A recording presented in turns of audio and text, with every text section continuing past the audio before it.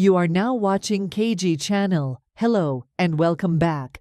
Ito na po ang mga maiinit na balita. Alden Richards at Catherine Bernardo nagpakilig sa maraming mga fans dahil sa mga sweet gestures ng Kathden sa isa't isa. Maraming mga tagahanga ng Kathden ang nakapansin na mas naging close na ang Kathden ngayon at mas naging natural ang pakikitungo nila sa isa't isa. Maraming mga tagahanga ng Kathden na nagsasabing happy pill nila umano ang dalawa dahil ang sarap at hindi sila nakakasawang panoorin. Lalo na ngayon na mas open na ang dalawa at mas naging komportable na sa isa't isa. Nakakakilig din na sa tuwing hinahawakan ni Alden ang mga kamay ni Catherine ay wala nang ilangan dahil malayang-malaya na si Catherine ngayon. Full support din talaga ang mga pamilya ni Alden at Catherine dahil laging nasa likod nila ang kanilang mga magulang. Mapapansin din na mas dumoble pa ang pagiging protective ni Tisoy ngayon kay Catherine at laging inaalalayan. Bago pa man ang mall tours ng Kathden, bumisita muna si Catherine sa GMA compound at mainit ang pagtanggap ng mga kapuso sa kapamilya actress na si Catherine Bernardo. Tuwang-tuwa naman si Catherine sa mga sumalubong sa kanyang mga bosses ng GMA bilang courtesy para sa kanilang pelikula. Nakakatuwa din na very supportive sina Alden at Catherine sa isa't isa. Ayon naman sa report ni MJ Felipe na ibahagi ni TJ Monterde na si Catherine Bernardo ang personal na nag-followed sa kanya sa Instagram. At sinundan na nag-message si Catherine kay TJ na nag-request siya kung pwedeng maging soundtrack ang kanta ni TJ Monterde na Palagi para sa pelikulang Hello Love Again. Kaya nagulat mismo si TJ at pinayagan niya si Catherine sa kanyang request at grateful and honored mismo si TJ Monterde na maging soundtrack ang kanyang kantang Palagi.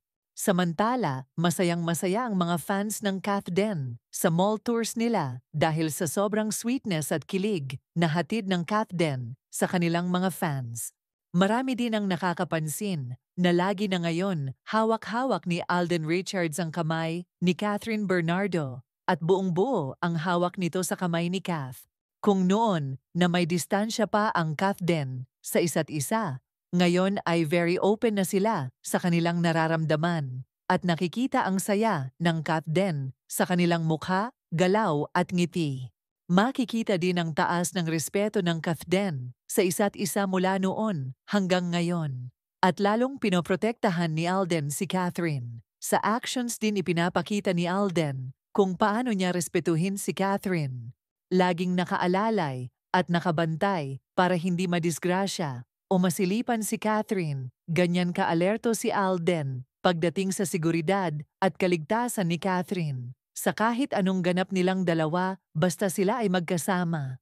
Natutuwa naman ang mga fans sa ipinapakita ng Kathden. Kahit na para sa promotion ng kanilang pelikula, ay tuwang-tuwa pa rin ang mga tagahanga dahil nakakawala umano ng stress ang Kathden. Lalong-lalo na kapag magkasama ang dalawa, sumasaya. Umano ang puso ng kanilang mga fans dahil sa kilig na hatid ng Kathden.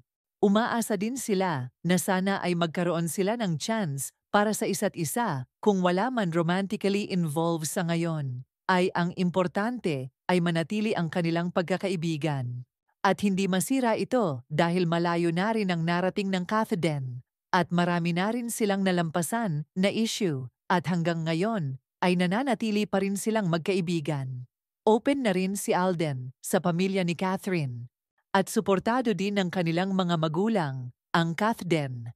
Nakakadalaw din si Alden sa pamilya ni Catherine at nagpapadala din siya ng pagkain para sa pamilya Bernardo. Very supportive din si Mommy Min sa Kathden at palaging nakaalalay sa dalawa, ganun din ang ama ni Tisoy. Spotted din na magkausap ang ama ni Alden at ina ni Catherine sa isang mall show ng Kathden. Dito makikita na maganda ang nabuong samahan at relasyon ng Kathden, ganun din ang kani-kanilang pamilya.